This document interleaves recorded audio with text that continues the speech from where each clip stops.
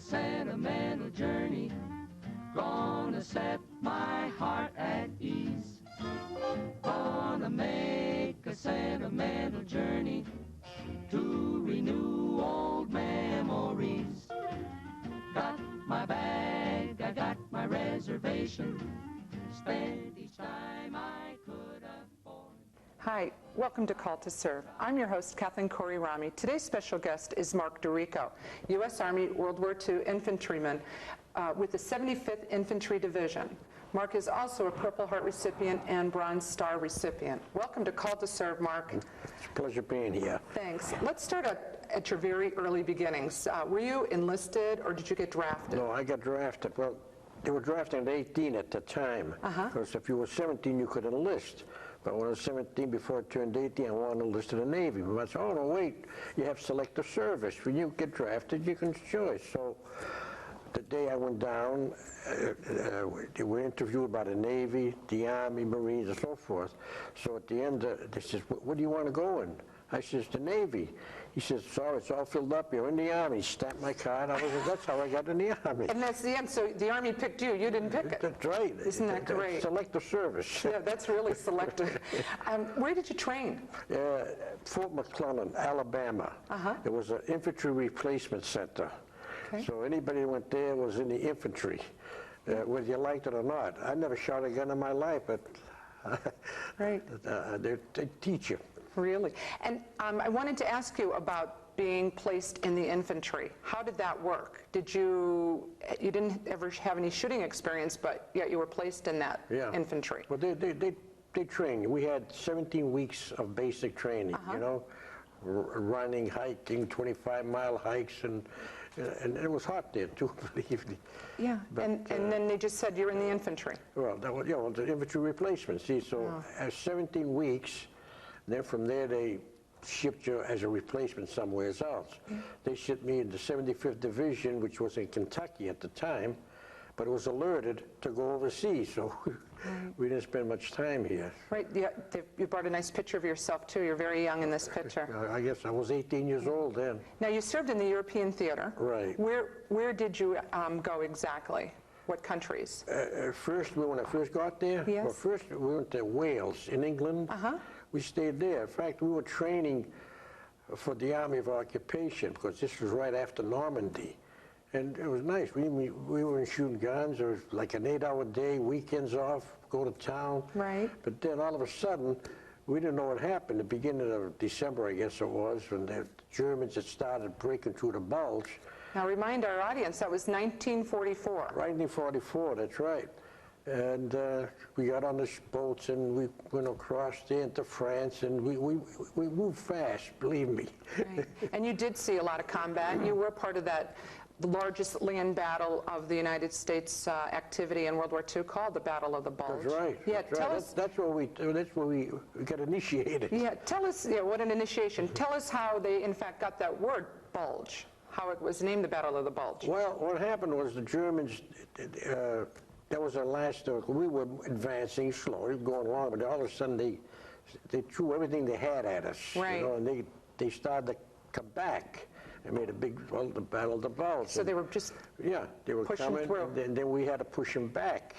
And we had thousands of there, they had thousands. And yeah, you know, that was the largest battle, and I will share with our audience some statistics that were overwhelming in my research. Being the largest battle that we were involved in during World War II, land battle, 81,000 casualties with 19,000 killed on the American side. The British troops, which were made up of the Canadians, the French, and the Belgians, 1,400 casualties with 200 killed, and then the Germans, and I don't know their full statistics, but 100,000 killed. Yeah. What an incredible battle. That's right. I mean, it's 1 month long. Just about a month. A little bit over. Yeah. Your unit suffered a lot of casualties. Oh, yeah. We were in there full strength, naturally. There was about 186 of us in our company. Well, after a month, there was about 26 of us left, and I said, geez, I made it. Thank God you made it. But that's one of the worst winters on record in Europe. Oh, it was miserable.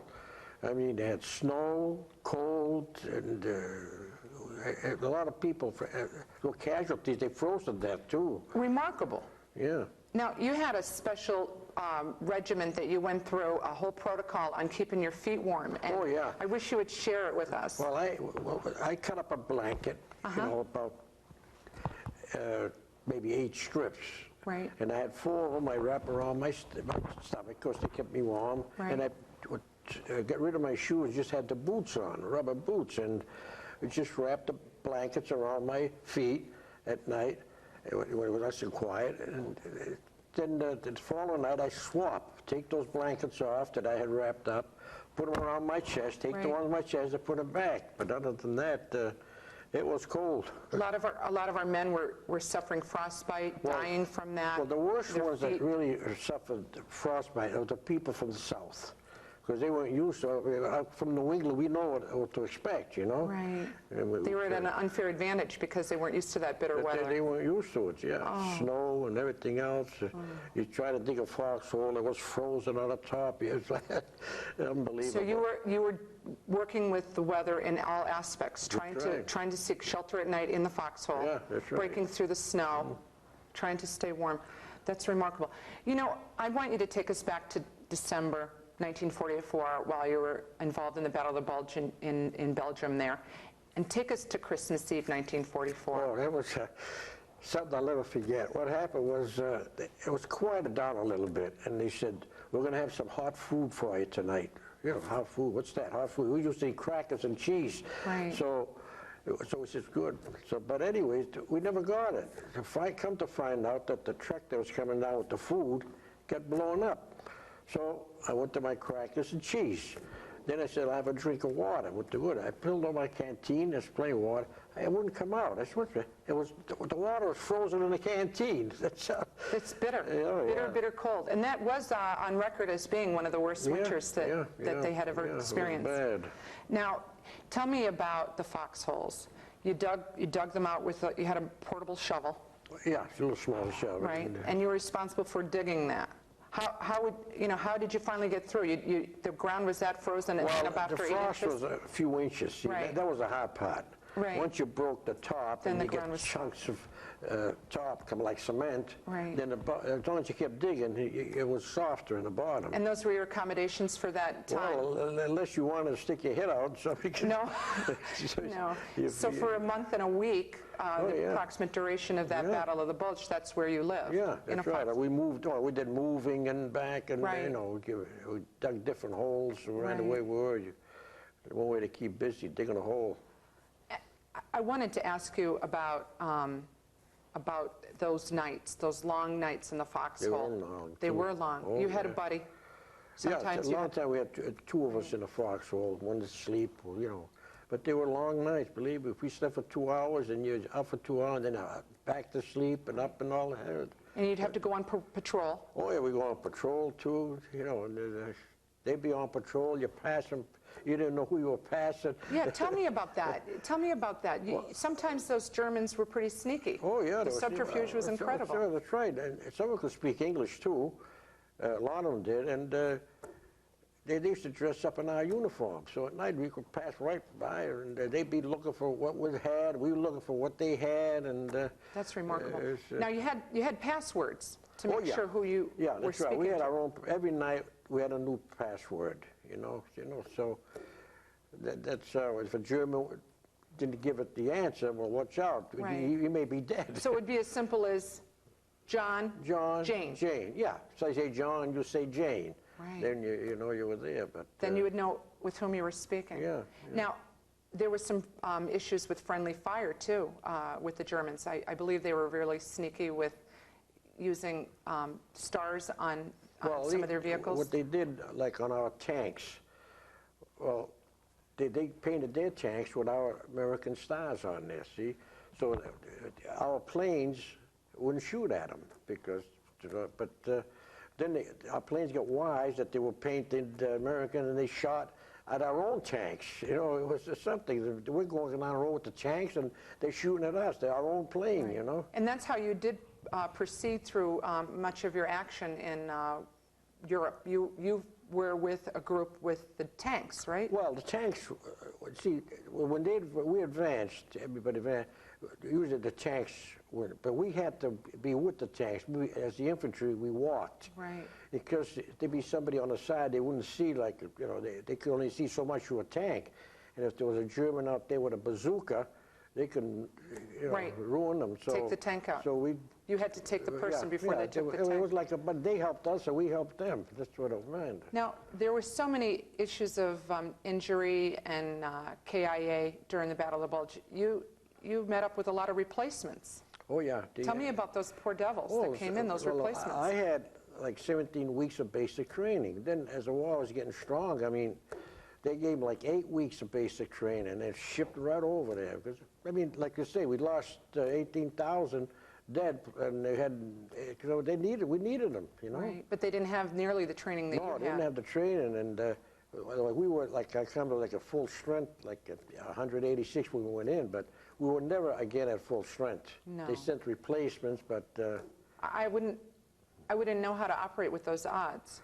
No. So good for you with your strength and courage. well, I was young, Right. and because I just turned 19 November before that Christmas. I spent 19th birthday there and my 20th birthday there. Oh. Now, you are, I might add, a disabled American veteran. I did mention that you have a Purple Heart. I'd like to talk about Appenware now. Surprising and good for you. You had made it through the entire Battle of the Bulge.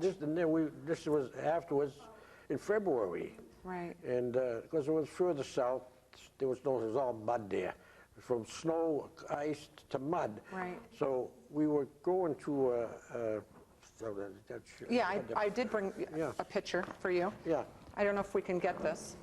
yeah. Right here. We need to See this? see if we can grab this. This is the picture of Appenware, where you were. Yeah, in France. Yeah. And what happened is, we were coming into this field with the tanks, as usual. Yeah. And we were walking, because they had landmines all over the place, and they was buried under the ground. Right. And they had like wire to them, probably 10 feet on each side. Right. So if you walk and you couldn't see the wire and you tripped it, it wouldn't go off on the ground. They would bounce up about 4 feet. Right. And then explode. And you call those bouncing betties, I believe. Bouncing betties, yeah. Right.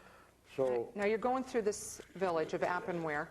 yeah. You and- walk in and you hit this landmine. Yeah, I did, yeah, and I must have hit the wire. It was right next to me, because when Right. it came up, it exploded right next to me, you know. That was the end of my stage. Yeah, right. So But you were the no worst- longer an infantryman. Yeah, the worst thing that I felt then was the concussion. It was really loud. Right. Then I felt something like pulling me down to the ground, because I didn't want to fall because it was all mud. Well, exactly. So, but I had no choice.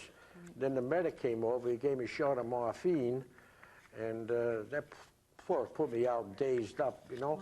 And the next thing I remember, they picking me up, they put me on a tank. They were coming back, and then... When we return from a break, we're going to take a break. We'll show some of those pictures of you on your tank when you're Okay. being taken care of. We'll be right back. We're going to take a short break. I am the port in the storm.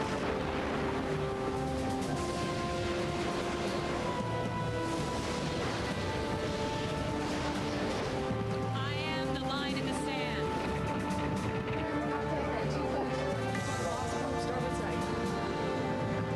Roger that, everything looks good. I am the rescuer in the dark.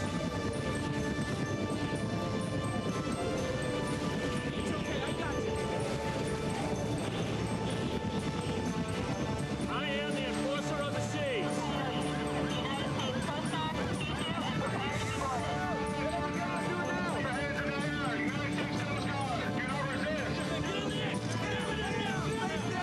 We are the defenders of the homeland. We are the shield of freedom. We are the United States Coast Guard. Heed your country's call.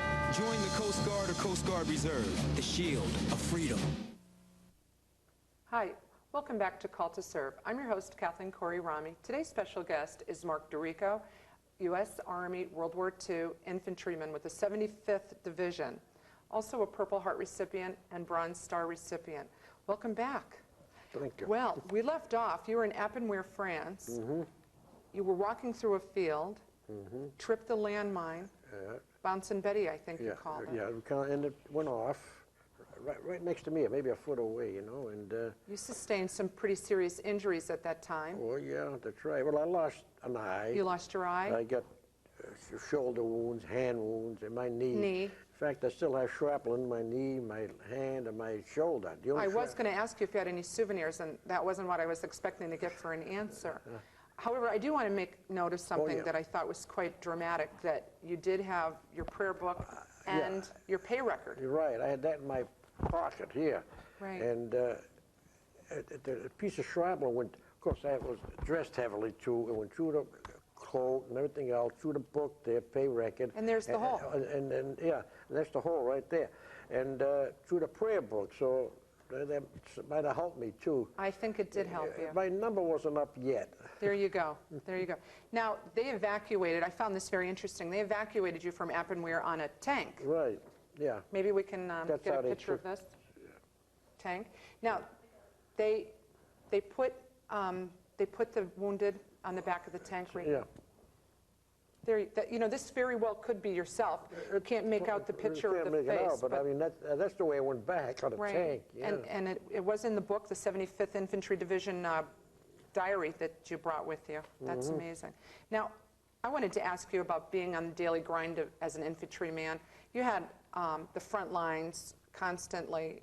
Did you have any memorable experiences that you'd like to share? Well, there was one that I'll never forget. It was in they sent us back, about 4 or 5 of us, for a couple of days rest. That's what it was. We're about a mile behind the lines, headquarters, and we were supposed to just guard the building. So we dug a hole naturally, and I'm in the hole. It was quiet. Once in a while, you hear a bullet going by or a plane coming by. It was quiet. Then one morning, I was freezing in there. I couldn't stand it anymore. I says, "The heck with this! I'm going into," because they were in a home right next to us, and I went in. They says, they thought that something was wrong. I said, "No, there's no problem." I said, "I'm just freezing." So they said, "Come on." They were nice, the officers, and went down cellar, said, "Have a cup of coffee," and you know, while we're having our coffee, the Germans sent a barrage, you know, artillery barrage, and they bombed everything. They even hit the building. Of course, they were made of fieldstone, so nothing happened really. Side of it blew off, and then afterwards I went back to my foxhole. I couldn't find it. I saw it, and there was shell right in that. It was unbelievable. If I was there, I would have been a million pieces. Smithereens. Well, there. That's it wasn't your time. It wasn't my time. That's right. I mean, I was in there for a couple of days without moving. Then I moved out for a half hour, and that's it.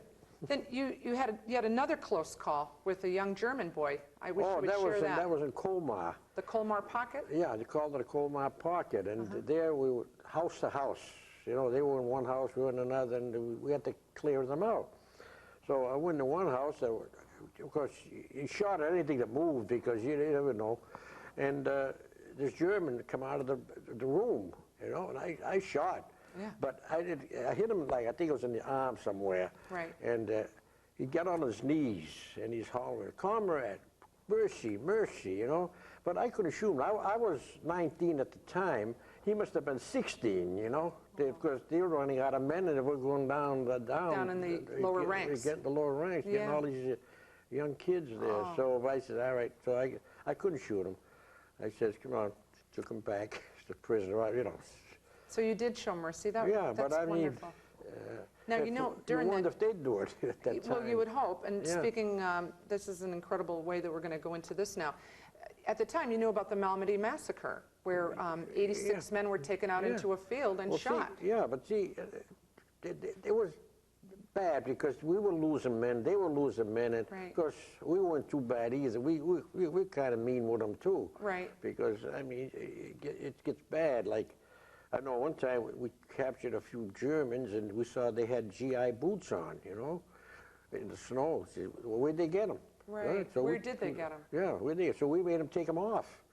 We take them off and took them back, right, snow and ice, walked barefooted as prisoners, you know. So we were mean too, but they were mean too. I mean, that was war. Yeah, and that is. Yeah. That is war.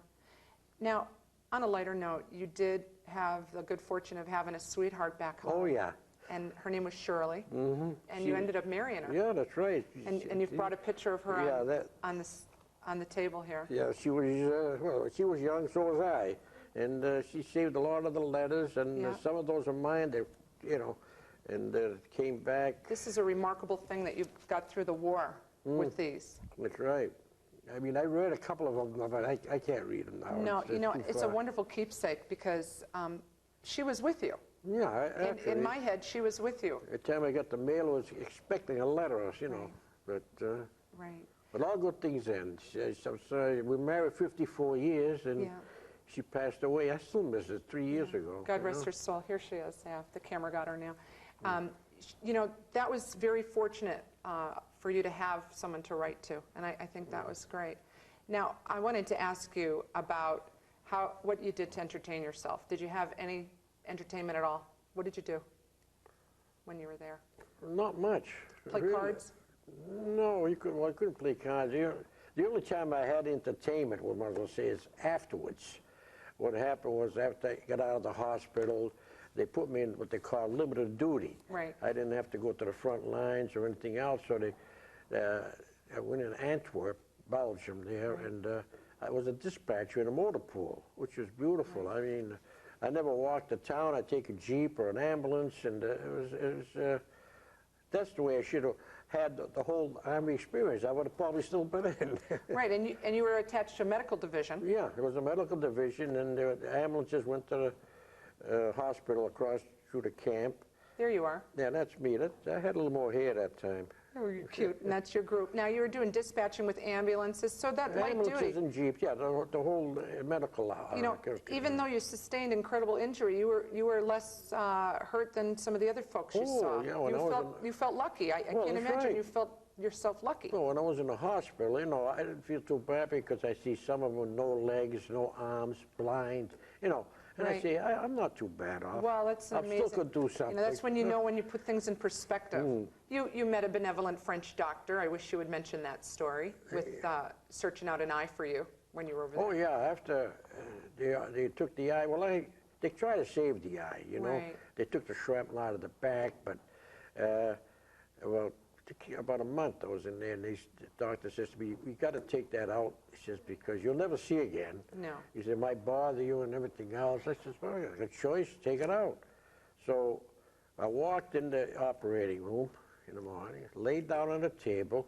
They gave me a local anesthesia. I was wide awake, put a bandage over the other eye so I couldn't see what they were doing. Oh. And they pulled out, cut the eye out, Right. and then I walked back to my bedroom. Yeah, you felt the surgery happening. Yeah, Even you though you felt, weren't in yeah, pain. even though you weren't in pain, but that's the way they did it. I don't know what they do today, but Now, then, where were you on VE Day? VE Day, I was still, well, one hospital, I was in Paris. That's where it was, right? In Paris, in the hospital. Right. I'm laying on a table, and they're looking me over, examining me, and Right. all of a sudden I could hear the people outside. They were yelling, you know, Fini la guerra, which means the war's over. Oh, and they were yeah. all yelling, the war's over, war over. So all the doctors and nurses, they all ran out to see what's going on. And I'm laying there. I says, it's over, it's just beginning for me. And then they left you on the table to they go left me watch there, the yeah, street. because everybody was outside on the street. celebrating. Isn't you know? that something? Yeah. Fini la guerre. That's great. Yeah. That's great. Now, I wanted to share, and I will not fly it high, but you did have some Yeah, souvenir. I found that in Yeah. the place there after. Yeah. It's kind of This is an weather-beaten unusual now. one. Yeah, this is an unusual one, an early one, I think you said. Yeah. You know, with the swastika. Your other souvenirs you mentioned earlier at the top of the hour with your shrapnel. Yeah, I got them home. Yeah, yeah, that's right. Now, you had talked about how the blacks and the whites were segregated in Yeah, the service. now they're all mixed up. No, when we were in Wales, you know, the whites, we had our own, and the colored, they had theirs. But we went to town, it was a shame, because especially the Southern boys, the Right, rebels, you know, right. they'd start talking and insulting them, and there was always a brawl, always a brawl. Then they finally had one town for the colored to go, Right. and it was off limits to us. And they couldn't come to us. That's what they really segregated. That's an amazing thing. yeah. So, but it was probably for the betterment, so that you all they would didn't fight. want. They don't want to fight all the time, you know. Right, right. Now, tell me about your food. Did you ever get any good square meals? I know you talked about the K rations and the...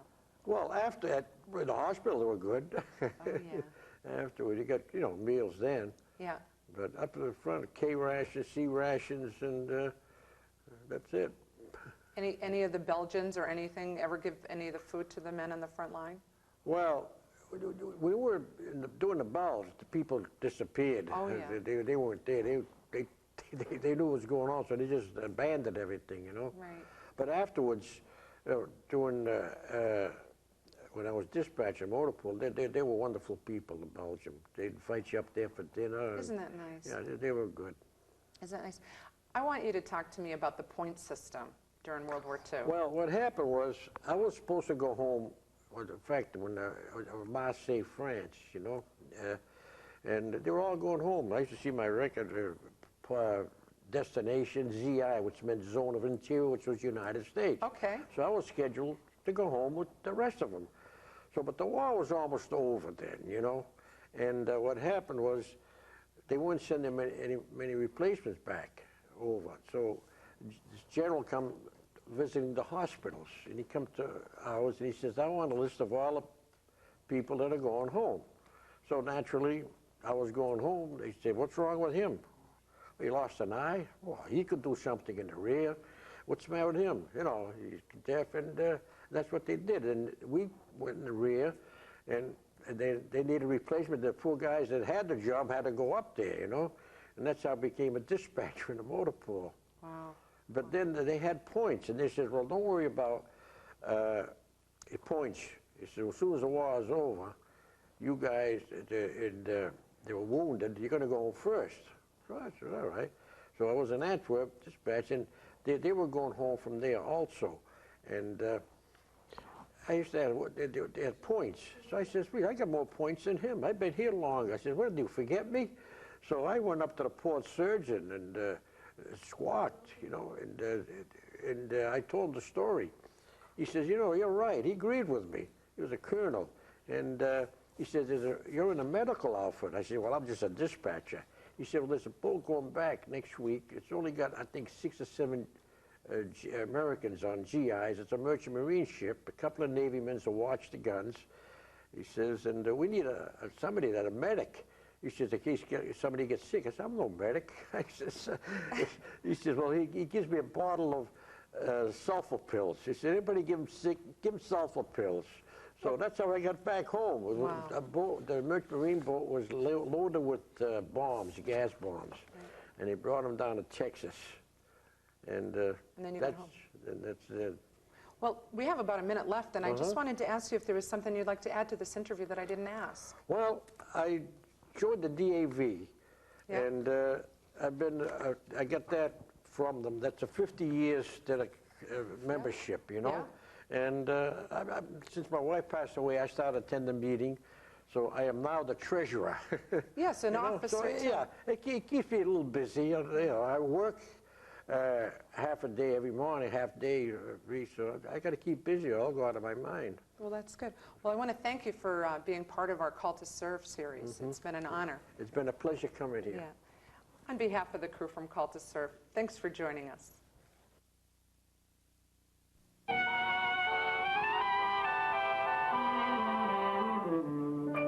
There'll be bluebirds over the wide